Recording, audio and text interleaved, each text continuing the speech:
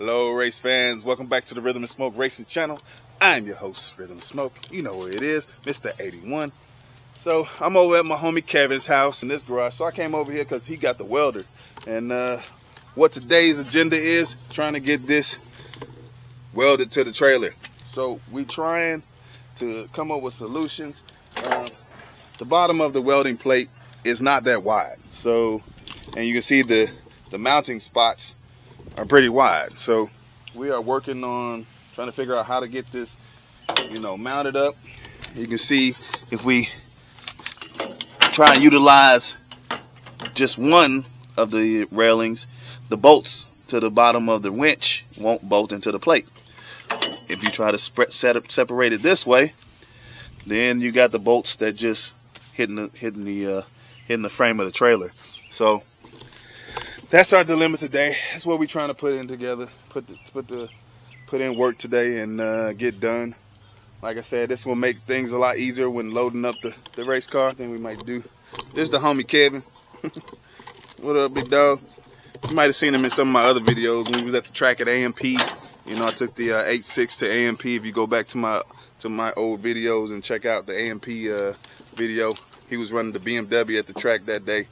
So we trying to get some brainstorming going on.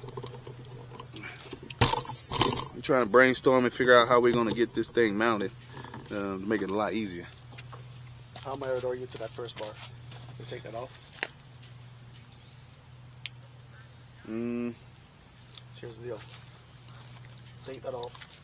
Cut a section out here, say about an inch, all the way around. Yeah. Flip it over so that recesses for the bolts. You can get to the bolts from either side. Basically, cut like a C channel. Yeah. I get what you're saying. What are we gonna cut it with, though? Well, I'll have to cut that first bar in. Cut that first bar off first. With my would it still be safe? Like we can still save the bar if I need to put it back on? Yeah, just cut right in the wheels right here. Yeah. How you gonna get it in there though? Yeah, that's gonna be a tight fit. Shit. Other than that, you're gonna need like you need some thickness. You need some thickness up because even like welding this down to there is no good because this is now touching the frame. This needs to be up about that much.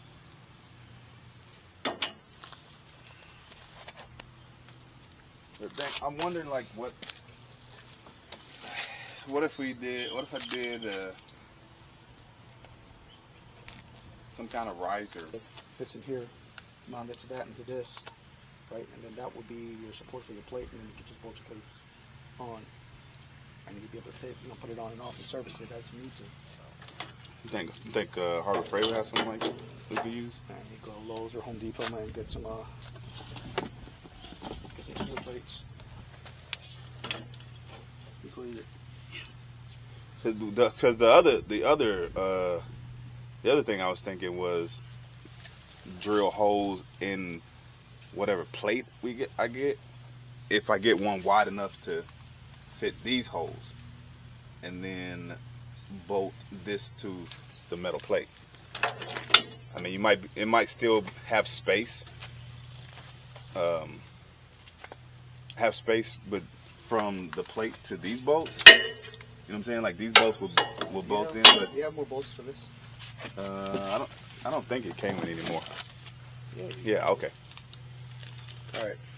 New plan.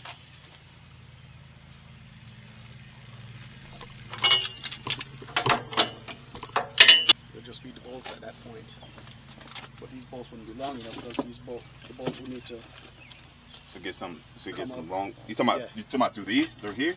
Yeah. So I'm thinking, so these holes here, right? Yeah. If you ran bolts straight down or up whichever direction, right, coming through here, get a piece of wood, 1 inch thick. That would be your riser. Your bolts will go from this plate through the wood into this. So you'll be bolting this to this with the wood like a sandwich, right? That gives you up, so your piece here. So a 1 inch thick, you think 1 inch thick piece of wood? Plenty. But you would need longer bolts. These bolts aren't going to work.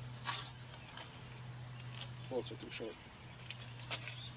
Yeah, we need a bolt to go all the way to the bottom. You're saying?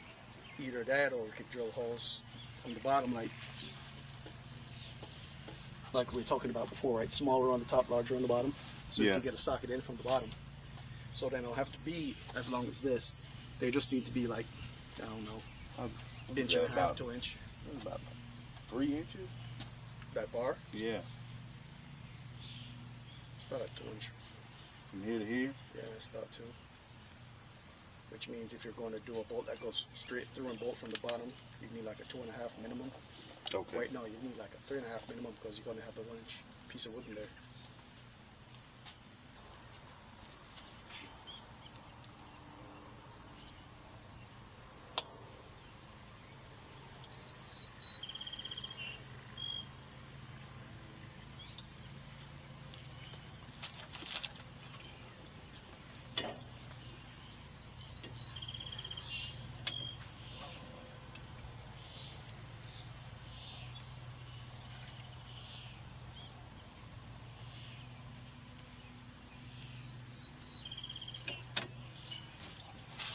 You think they would have something like a box shape, like something box shaped, square?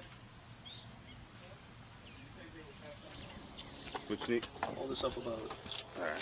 that.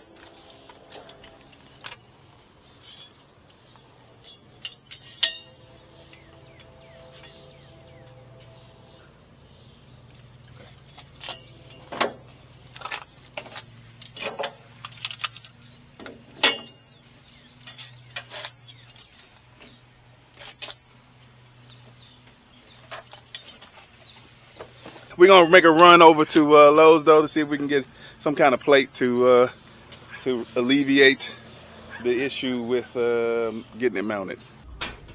All right, so we're here at Lowe's trying to find the correct size bolt, one that's longer than the factory one that came with the winch. All right, let's come over here. So we already got some brackets. We already got brackets to mount this to the winch, so we're gonna cut the bracket off, and you can see it right here. It's gonna mount to the winch like that. So,